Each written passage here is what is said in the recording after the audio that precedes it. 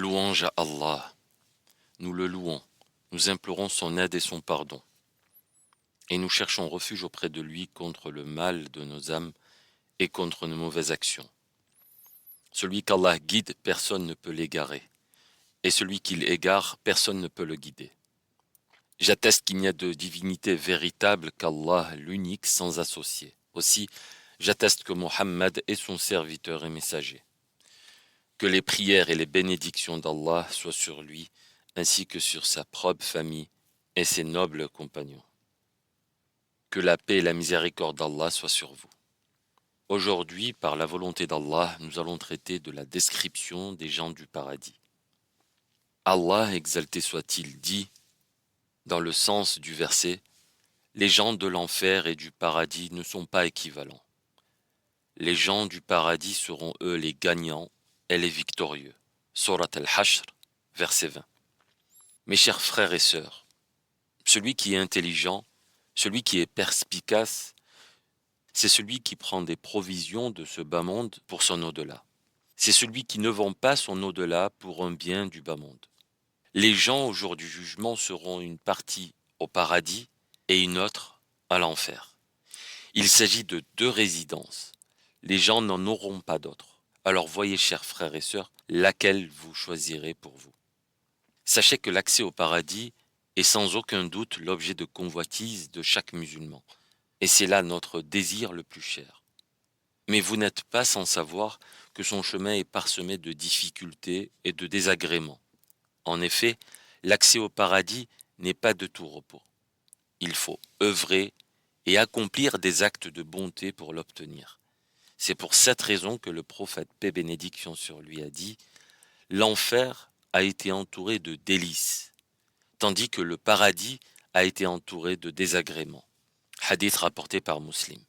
Et dans les sunan de Nasa'i, de Tirmidhi et de Abi Daoud, Abu Huraira, qu'Allah l'agrée, rapporte que le prophète, paix et bénédiction sur lui, a dit « Après avoir créé le paradis, Allah dit à Jibril « Vas-y jeter un coup d'œil. » Jibril y alla, et à son retour il dit « Par ta puissance, nul n'en entendra parler sans vouloir y entrer. » Alors Allah entoura le paradis de désagréments, puis reprit « Vas-y jeter un coup d'œil. » Jibril alla y jeter un coup d'œil, et à son retour, il dit « Par ta puissance, je crains que personne ne veuille y entrer. » Ce hadith signifie que l'on accède au paradis qu'en bravant les désagréments, et que si l'on s'abandonne aux passions, notre destination sera le feu de l'enfer.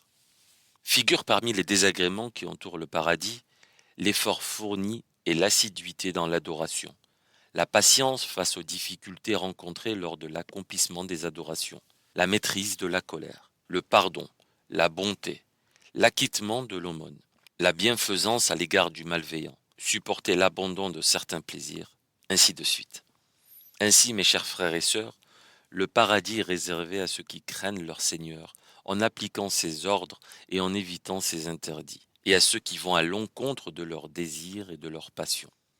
Il est réservé à ceux qui, dans la gêne comme dans l'aisance, offrent leurs biens par charité, qui sont capables de dominer leur colère et de pardonner à leurs prochains, à ceux qui prient avec recueillement et humilité, qui se détournent dignement de toute futilité, qui s'acquittent de l'aumône légale par charité, qui préservent vertueusement leur chasteté, à ceux qui gardent fidèlement les dépôts qu'on leur confie et veillent à honorer leur engagement, à ceux qui accomplissent leur prière assidûment, qui ne la délaissent pas et ne font pas preuve de négligence dans son accomplissement. Ils l'effectuent à l'heure de la meilleure des manières, en observant ses conditions, ses piliers et ses obligations. Voilà quelques qualités des gens du paradis qu'Allah a citées dans son livre sacré. Allah les a mentionnés afin que ceux qui souhaitent y accéder les acquièrent et s'en imprègnent. Quant aux hadiths du messager d'Allah, paix et bénédiction sur lui à ce sujet, ils sont très nombreux. Abu Huraira rapporte que le prophète, paix et bénédiction sur lui, a dit « Celui qui emprunte un chemin afin d'acquérir la science, c'est-à-dire la science religieuse, Allah lui facilitera une voie qui mène au paradis. » Omar ibn al-Khattab, qu'Allah l'agrée, rapporte que le prophète, paix et bénédiction sur lui, a dit « Quiconque parfait les ablutions, puis dit « Je témoigne qu'il n'y a de véritable divinité qu'Allah, l'unique, sans associé, et je témoigne que Mohammed est son serviteur et messager, verra les 8 portes du paradis s'ouvrir devant lui, et il pourra entrer par celle de son choix. Ubad ibn Samit, qu'Allah l'agrée, rapporte que le prophète, paix et bénédiction sur lui, a dit « Allah a imposé 5 prières quotidiennes à ses serviteurs. Celui qui les accomplit correctement, sans faire preuve de négligence à leur égard, Allah lui garantit de l'introduire au paradis. » Habiba rapporte que le prophète, paix et bénédiction sur lui, a dit « Il n'y a pas un musulman qui accomplit pour Allah 12 prières surérogatoires chaque jour, en dehors des obligations, sans qu'Allah ne lui construise une demeure au paradis. Il s'agit de 4 unités avant la prière de Dhuhr et 2 après. 2 unités après Al-Maghrib, 2 unités après l'Isha et 2 unités avant Salat al-Subh. Mu'adh ibn Jabal rapporte qu'il interrogea le messager d'Allah, paix et bénédiction sur lui, en ces termes. « Indique-moi une action qui me fera entrer au paradis et qui m'éloignera de l'enfer. » Le prophète, paix et bénédiction sur lui, répondit « Tu m'interroges au sujet d'actions très importantes, mais elles seront faciles pour celui à qui Allah les aura facilitées. Tu adores Allah sans rien lui associer. Tu accomplis la prière. Tu t'acquittes de la zakat. Tu jeûnes le ramadan et tu fais le pèlerinage. » Sahl ibn Sa'd rapporte que le prophète, paix et bénédiction sur lui, a dit « Au paradis, il y a une porte du nom de Rayyan, par laquelle entreront uniquement les jeûneurs le jour de la résurrection.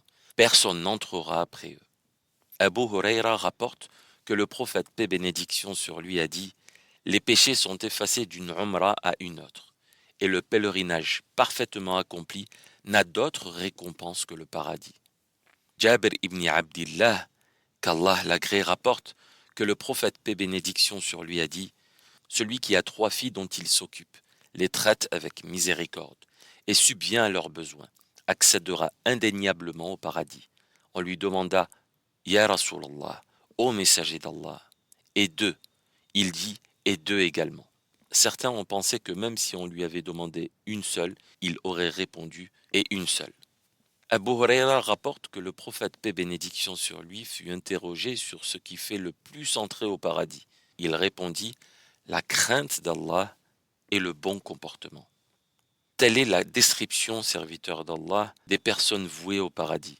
Alors œuvrons, mes chers frères et sœurs, peut-être Allah nous comptera parmi ces gens à qui il a promis un paradis aussi large que les cieux et la terre, dans laquelle on trouve ce qu'aucun œil n'a vu, ce qu'aucune oreille n'a jamais entendu, et ce qu'aucun esprit n'a jamais imaginé. Faisons en sorte d'être parmi ceux qui craignent leur Seigneur, ceux qui sont promis à des jardins arrosés de sources vives, où ils seront accueillis par ces mots. Il sera dit « Entrez-y en paix, vous y vivrez en toute sécurité. » Leurs cœurs auront été purgés de toute haine. Ils y vivront en frères, se tenant face à face sur leur trône. Toute souffrance leur sera épargnée, et nul ne pourra jamais les déloger. Ceux auxquels il sera dit « Mes serviteurs, n'ayez aucune crainte ni affliction en ce jour. Vous qui croyez en nos signes et qui êtes soumis, entrez au paradis, vous et vos épouses, où vous serez honorés. Et on fera circuler parmi eux des plats d'or et des coupes contenant tout ce qui flatte l'âme et réjouit l'œil, et vous y serez pour l'éternité. Tel est le paradis qui vous sera donné en héritage pour prix des œuvres passées, et vous trouverez des fruits en abondance dont vous vous délecterez. Ceux qui craignaient le Seigneur vivront en un lieu sûr, parmi des jardins et des eaux vives, vêtus de satin et de brocart, et se tenant face à face. De plus, de jeunes épouses aux grands yeux noirs leur tiendront compagnie. Là, ils mèneront une vie pleine de quiétude, se verront servir toutes sortes de fruits et n'y goûteront plus les affres de la mort, après celles qu'ils avaient une première fois subies. Ils auront ainsi échappé pour toujours au supplice de l'enfer, par un effet de la grâce de ton Seigneur. Et ce sera pour eux le succès suprême. En vérité, les pieux croyants sont promis à tous les délices. Sur de somptueux lits, ils promèneront leur regard, tu reconnaîtras sur leur visage l'éclat de la félicité. Il leur sera servi un nectar de toute pureté, soigneusement gardé, laissant un arrière-goût de musc. Que ceux qui aspirent à cette félicité rivalisent donc de piété, et mêlés à une boisson tirée de tasnim, source à laquelle se désaltéreront les rapprochés. Soyons parmi ceux auxquels on dira il vous appartient désormais de vivre et de ne plus jamais mourir, d'être en bonne santé et de ne plus jamais tomber malade, de rester jeune et de ne plus jamais vieillir, d'être heureux et de ne plus jamais être malheureux. Sachez, frères et sœurs, que le Coran est parsemé non seulement de descriptions du paradis et de l'enfer, mais aussi de conversations, de dialogues et de discussions qui auront lieu dans ces endroits. Quand de tels scénarios sont répétés à maintes reprises, cela doit nous faire comprendre qu'Allah nous met en garde. Il nous revient donc d'y porter une attention particulière avec à la fois l'espoir d'accéder au jardin du paradis et la crainte de se retrouver en enfer. Ces informations sont répétées plusieurs fois dans le Coran afin de nous faire réfléchir mûrement à ce qui nous attend. Commençons avec les conversations entre les anges et les gens dans l'au-delà. Les échanges avec les anges. Les anges vivent près de nous de notre naissance à notre mort. Ils sont responsables, entre autres, d'insuffler l'âme dans le fœtus, de tenir un registre de nos bonnes et mauvaises actions et d'extraire notre âme de notre corps au moment de notre mort. Lorsque nous nous retrouvons dans l'au-delà, ils sont encore avec nous et nous avons alors la possibilité d'échanger avec eux. La demeure éternelle de ceux et celles qui, au cours de leur vie, sont demeurés patients face à l'adversité, se sont efforcés de demeurer vertueux dans les moments difficiles comme dans les moments plus faciles, est le paradis. Quand les gens destinés au paradis s'apprêteront à entrer dans leur demeure éternelle, les anges les salueront. Ce sont les gardiens du paradis et ils diront aux gens: entrez-y en paix, en récompense de votre patience. Le paradis est un lieu de sérénité éternelle et de totale satisfaction. Allah dit dans le Coran: et ceux qui auront craint leur Seigneur et observé leur devoir envers lui seront conduits par groupe au paradis. Et quand ils y arriveront, ses portes s'ouvriront et ses gardiens leur diront: paix sur vous, vous avez été bons. Entrez donc dans le jardin des délices pour y demeurer éternellement. Toute douleur sera retirée de leur cœur. Et ils répondront aux anges en louant Allah: louange à Allah qui nous a guidés jusqu'ici. Nous n'aurions pas été correctement guidés s'il ne nous avait pas lui-même guidés. Certes, les messagers de notre Seigneur sont venus avec la vérité, et il leur sera proclamé: voilà le jardin dont vous héritez pour vos bonnes actions. Les échanges qui auront lieu entre les gens de l'enfer et les anges seront totalement différents. Plutôt que d'attendre impatiemment d'entrer dans leur demeure éternelle, les gens destinés à l'enfer devront être rassemblés et traînés de force par les anges responsables du feu. Alors que ces condamnés y seront jetés, les anges leur diront: n'y a-t-il personne qui soit venu vous avertir? Allah dit dans ce sens dans le Coran: quand ils y seront jetés, ils entendront son grondement tandis qu'il bouillonne, comme s'ils allaient exploser dans sa fureur. Chaque fois qu'un nouveau groupe y sera jeté, ses gardiens demanderont: quoi? N'y a-t-il personne qui soit venu vous avertir?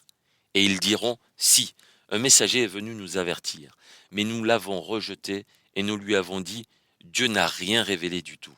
Vous êtes tes adeptes et toi dans un égarement profond. Et ils ajouteront: si nous avions su écouter et raisonner un tant soit peu, nous ne nous serions pas retrouvés parmi les gens du feu.